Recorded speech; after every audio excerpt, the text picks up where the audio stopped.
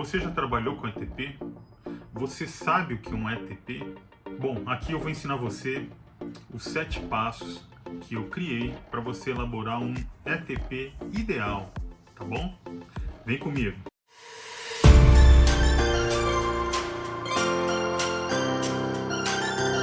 Seja bem-vindo ao nosso canal Licitação e Gestão, onde nós tratamos sobre licitações e outros temas relevantes.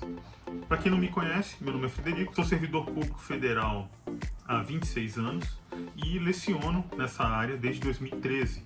E o que nós vamos falar hoje? Nós vamos falar sobre um tema bem interessante, que sempre as pessoas estão pedindo, que é como elaborar um ETP ideal. E aí eu citei aí, eu desenvolvi 7 passos para você elaborar esse ETP.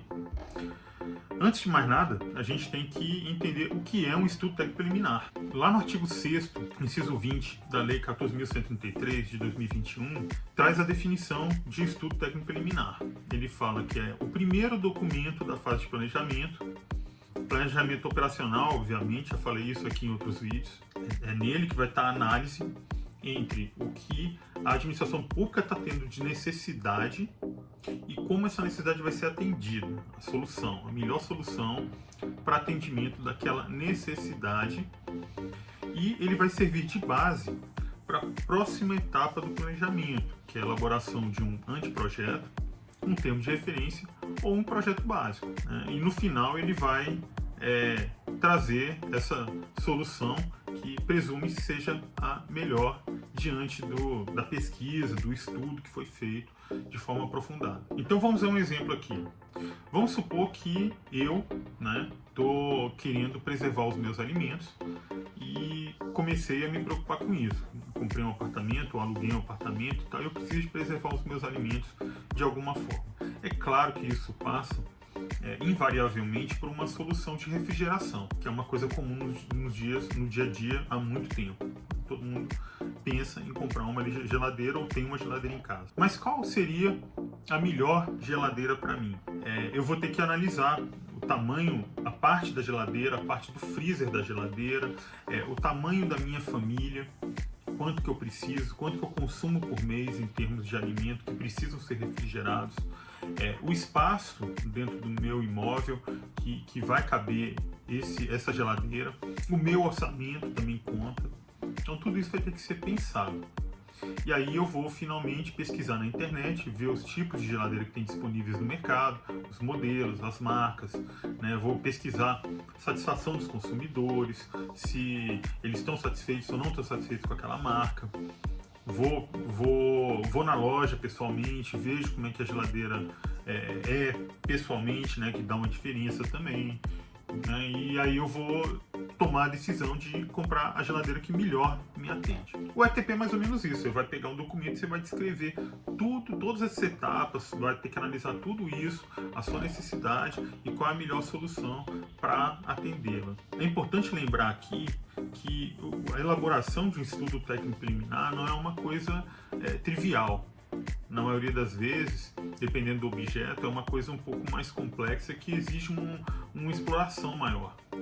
Tem um estudo do Matsumoto de 2020 que ele publicou, baseado em pregões realizados em 4 hospitais universitários em 2019, e ele chegou à conclusão de que a elaboração do ETP chega a consumir 25% do tempo gasto no desenvolvimento de um pregão, chegando a uma média de 36 dias para a elaboração dele. Cara, 36 dias é muita coisa, mas aí a gente também tem que imaginar que existem objetos mais simples e objetos mais complexos. Você elaborar um ETP para comprar material de expediente, por exemplo, não vai levar o mesmo tempo de você adquirir um equipamento maior, um grupo gerador, vamos supor, um exemplo aqui. Então é diferente. Então, se você coloca tudo isso no mesmo bojo, aí você vai ter realmente uma média puxada talvez para cima, e aí você chega nesses 36 dias. Mas é algo a ser considerado, porque é um tempo que vai ser gasto na elaboração desse ETP para ele ser um ETP bem elaborado. Bom, diante do que a gente conversou até agora, acho que já dá para a gente imaginar o que é um ETP ideal. O ETP ideal é aquele que vai fazer uma exploração profunda né? E assim, sem gastar tanto tempo, ou seja, ele tem que ser eficiente, eficaz e efetivo, trazendo a melhor solução que vai atender aquela necessidade pública. E além disso, não nos esqueçamos, alcançar os objetivos previstos no artigo 11 da Lei 14.133 de 2021, que são os objetivos da contratação pública. Então a gente tem que ter isso aí sempre em mente. Eu já falei isso aqui em outro vídeo, tá? Vou ver se eu deixo um card aqui para vocês poderem acessar o outro vídeo. Mas o certo é que a nova lei definiu quais são os objetivos da licitação. Então esse vai ser o ETP ideal, é o ETP que vai suprir a necessidade pública e vai alcançar esses objetivos com eficiência, eficácia e efetividade. Diante disso, nós elaboramos aí 7 passos para você alcançar o ETP ideal. Vamos ao primeiro passo, não vamos demorar muito aqui não. O primeiro passo é você realmente explorar a necessidade pública. Que necessidade é essa? Né? Como é que eu vou suprir essa necessidade? Então é a primeira exploração, qual o problema que você está enfrentando. E aí é importante lembrar quem é que vai elaborar o ETP, quem é que vai se debruçar sobre essa questão. Então você tem que, não mais das vezes, designar uma equipe de planejamento da contratação. Essa equipe de planejamento da contratação ela vai ser composta pela unidade demandante ou requisitante, que é aquela área, né, que vai falar para você, olha, tem essa necessidade pública que a gente precisa atendê-la. Então muitas vezes ela já passou por aquilo, já está vivenciando aquele problema, então ela talvez tenha mais elementos para poder ajudar na elaboração do estudo técnico preliminar. E quem mais? A unidade técnica. Isso é um exemplo muito bom disso, é quando a gente está trabalhando com soluções de TI.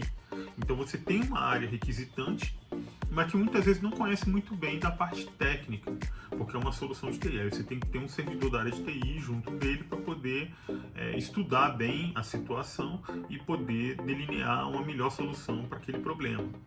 Isso, para quem não sabe, está lá no artigo 8º da IN 58 de 2022, ano passado, da SEGES. Então procura aí na internet, tá, que você vai achar ele. O segundo passo é você fazer uma pesquisa junto ao mercado. O que o mercado tem para te oferecer em termos de solução? É mais ou menos aquela historinha da geladeira que eu estava falando agorinha.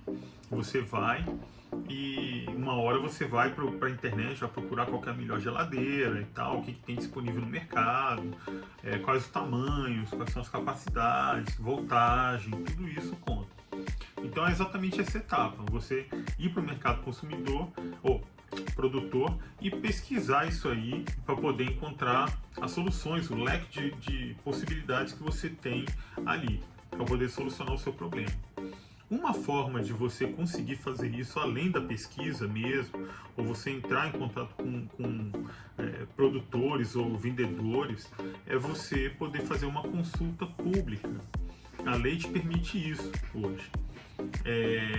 Só que você tem que, para você fazer uma consulta pública, né, você solta ali o problema, né, você traz alguns elementos e solta para que o mercado produtor, vendedor, ele venha com soluções para você, te ofereça soluções e cite alguns detalhes. É claro que você tem que ficar atento, porque muitas vezes eles podem te oferecer produtos ou serviços de forma que estejam direcionados para que eles sejam exista pouca competitividade durante o certame.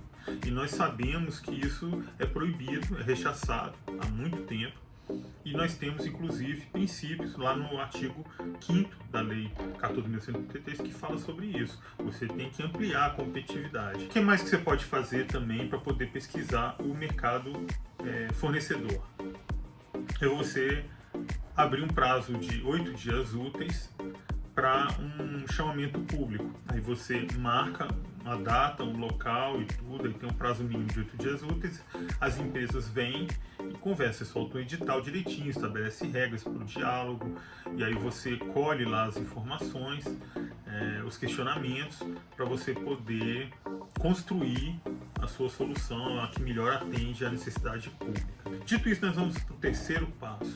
O terceiro passo é você reunir toda a legislação, todas essas informações úteis e necessárias para você não incorrer em problemas futuros quando da contratação que você pretende realizar. Vamos a um exemplo disso aí muito claro. Eu teve uma época da minha vida profissional que eu fui convidado para chefiar uma área de inteligência em compras dentro do Ministério Público. Lá existiam alguns requisitos. Um deles é que a gente tinha que sempre procurar critérios de sustentabilidade nas compras. Quer dizer, a gente já estava naquela época já trabalhando com isso antes dessa nova lei já determinar. Olha, porque hoje na nova lei, para quem não sabe, toda licitação é sustentável.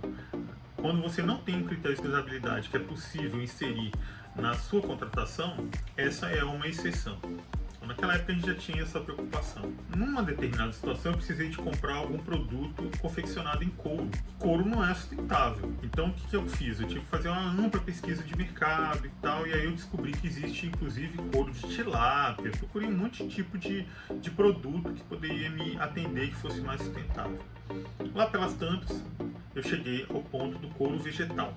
Encontrei lá, descobri que existe o couro vegetal. E aí, como é que funciona ele? Ele é uma trama de fibras de planta e que você ainda faz uma aplicação de látex e ele fica similar ao couro. Só que lá pelas tantas, pesquisando a legislação e tudo, eu me deparei com uma lei.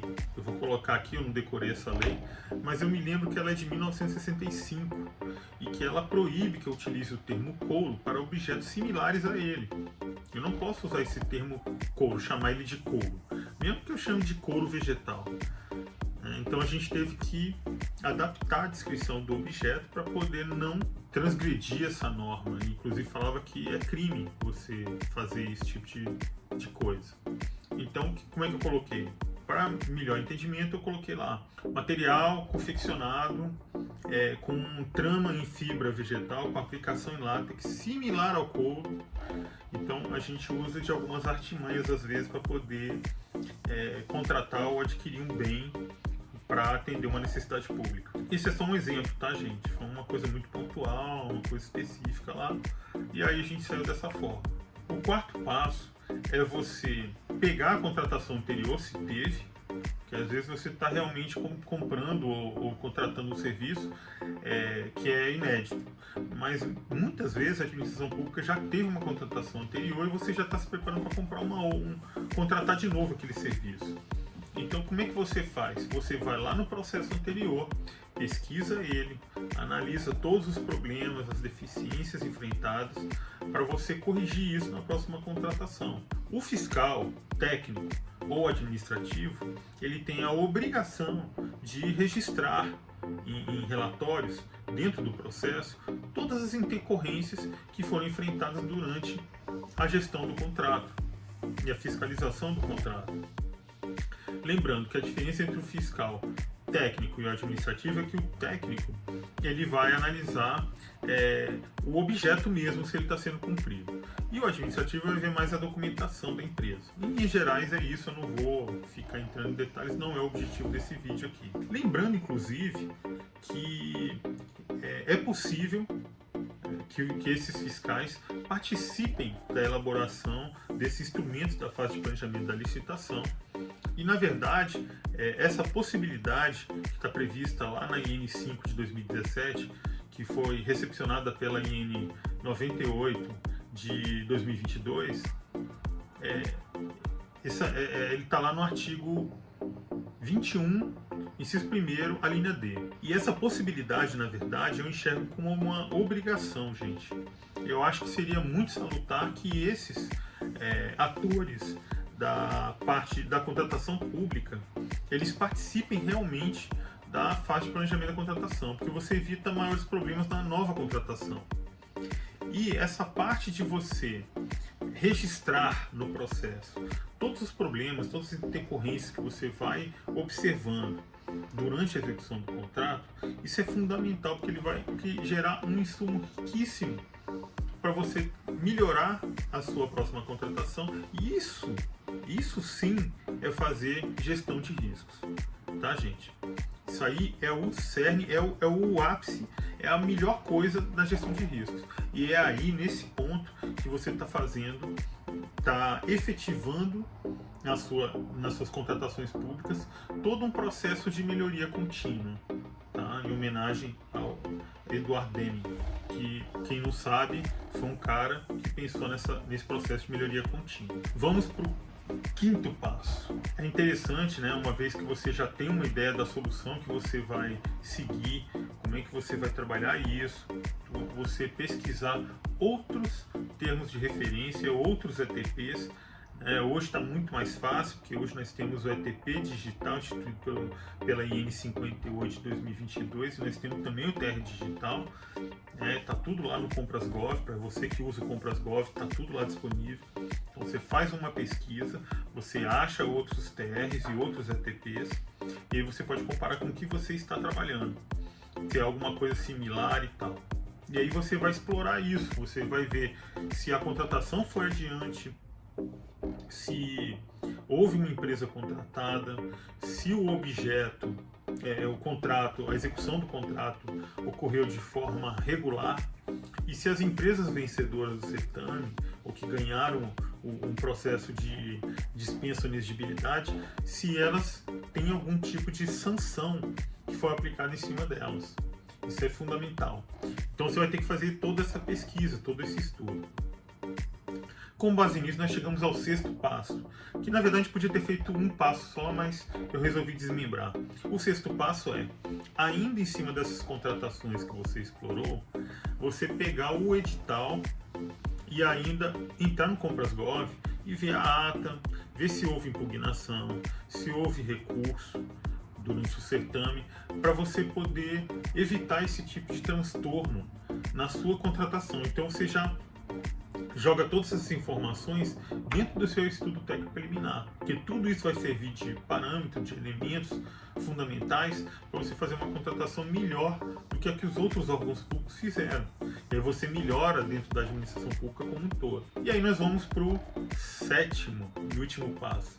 O sétimo passo, gente, nada mais é do que você analisar todo esse material, tudo isso que você juntou nos outros passos, e avaliar se você vai realmente seguir com a proposta de contratação ou aquisição, ou se você vai sugerir que o processo não se prossiga.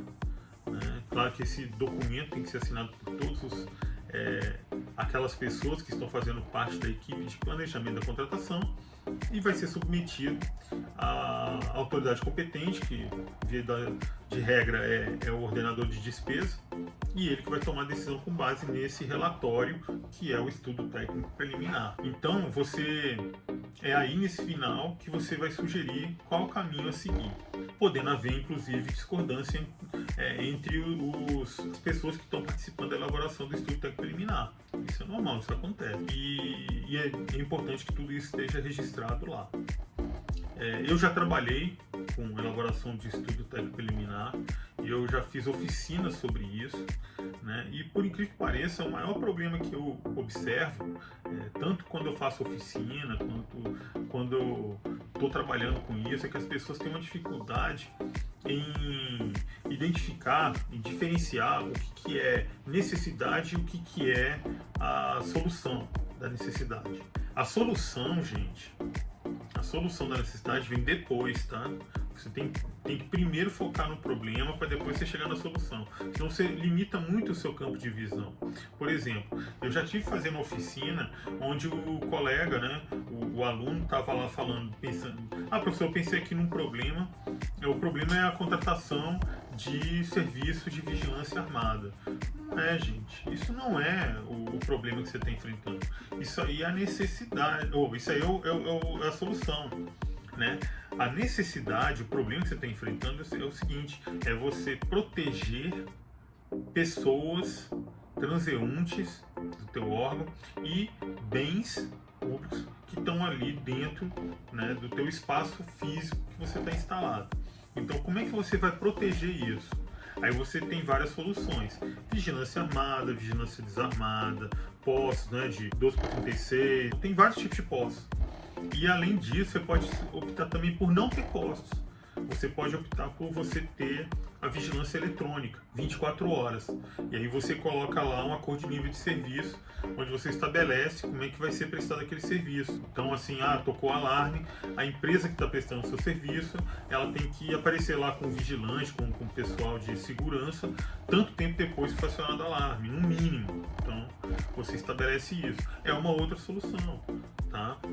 Então, não esqueçam disso, gente. A gente tem que tomar cuidado com esse tipo de coisa. Também não podemos esquecer, conforme eu falei lá no início, baseado na própria definição do que é um estudo técnico preliminar, é que depois do ETP ainda existem outras etapas. Você ainda tem que elaborar um mapa de risco, você ainda tem que fazer a pesquisa de preço mais aprofundada, mais detida, você vai ter que elaborar um termo de referência. Tudo isso são documentos que ajudam no amadurecimento e para você poder contratar da melhor forma para a administração pública. É mais ou menos como uma receitinha de bolo. Você tem que seguir esses passos, tá bom? Para você poder alcançar um melhor resultado para a administração pública. Então isso aí é só um passo, a elaboração do ETP. Beleza, gente? Era essa a informação que eu tinha para dar, tá? E vocês vão ter que estudar logo esses outros documentos também, né? E para poder dar prosseguimento a uma contratação. E é isso, tá bom? Vamos conversando aí. Se inscreva no canal, ative o sininho para não perder as notificações e escreva aí o que mais que você quer saber sobre esse mundo de licitações, contrato, que eu estou aqui para te ajudar. Beleza? Até mais, gente. Fique com Deus.